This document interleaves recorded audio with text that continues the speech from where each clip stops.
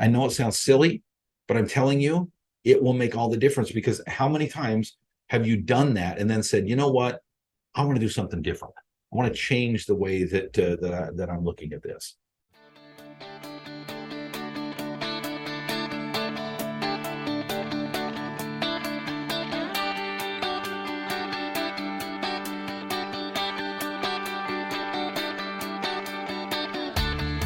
Originating from deep inside the Rocky Mountains, transported through the power of the internet, and arriving inside your tiny earbuds. It's the Appraiser Coach Podcast. Minisode. This episode is sponsored by my good friends Brandon and Kyle over at spark4appraisers.com. All right, folks. I recently got one of those letters, if you know what I mean. No, it was not from the state. But it's something that you take seriously. It's one of those things that you're like, okay, this is something I want to take seriously, right? It came in the form of a revision request, but when you start to read between the lines, you start to realize this is more than just your typical revision request. I'm sure you've all, and God bless you if you've not, but I'm sure you've all received something like that in the past. I also think that, you know, regardless of how great an appraiser you are, there's going to come a time that you're going to receive this kind of letter in the future as well. What do you do when you receive those types of letters, whether it be from the state, whether it be a lawsuit, whether it be a complaint that's not your normal complaint, whether it be a buyback, whether it be a revision request that's just a notch above some of the others, and some of the way that they're asking, your spidey senses say, you know what, something ain't right here. What do you do?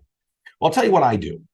And I want to give you a little bit of advice here as to what to do. And then I want to tell you the advice that I got from one of my mentors that I think is good to pass on to the crowd.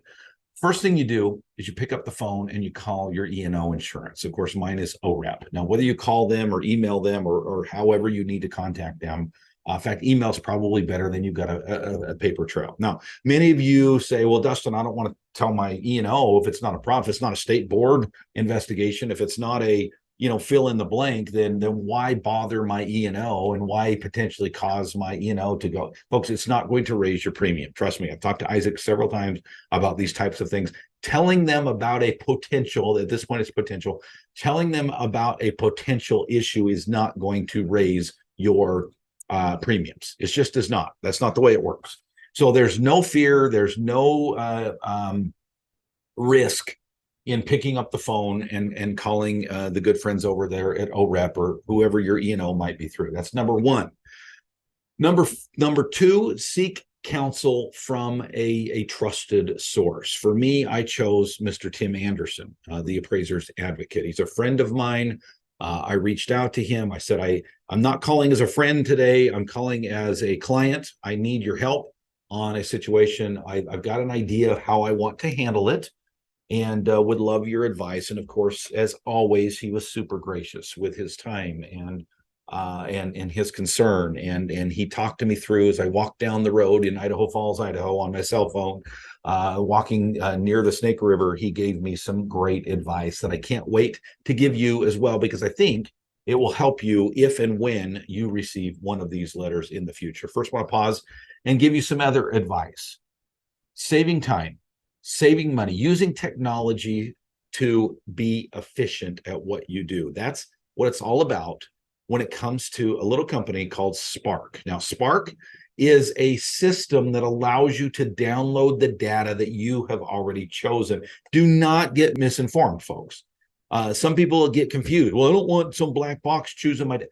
That's not what Spark does. You are completely in control of everything that you choose, but you avoid the mistakes of fat fingering or missing a digit or whatever when you transfer that data from county records, from MLS, from other sources into your report. Spark does it for you, so it's exact.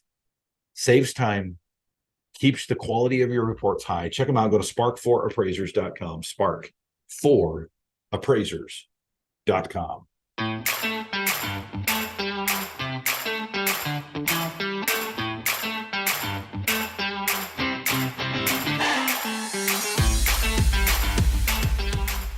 And welcome back to the program, Dustin Harris, your appraiser coach out there, the host of the program.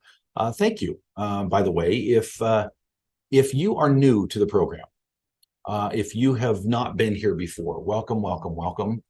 Very, very, very good to have you. I'm kind of excited because our subscriber list continues to grow. Every time I jump on, there's more and more people that have subscribed to the Appraiser Coach podcast and YouTube channel. We have started doing the full episode with video, 3 different cameras. Here we go. 1, 2, 3. There you go, right? They're all there, back and forth. It's kind of fun. I went a little too fast. My thing started yelling at me.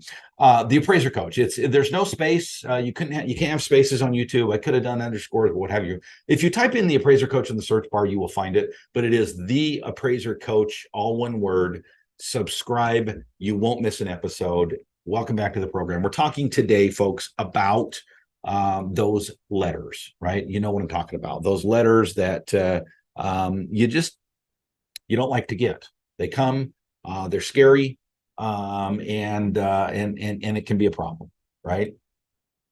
What do you do? Well, number 1, call your E&O. Number 2, call somebody like Tim Anderson. It doesn't have to be Tim Anderson, but somebody like Tim Anderson.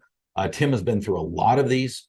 He knows what he's doing. He knows how to handle this. And I'll tell you the first piece of advice that he gave me, and I love it, and I want to make sure that I pass it on to you. He said, Dustin, first thing you do, acknowledge that you received their letter and ask for an extension.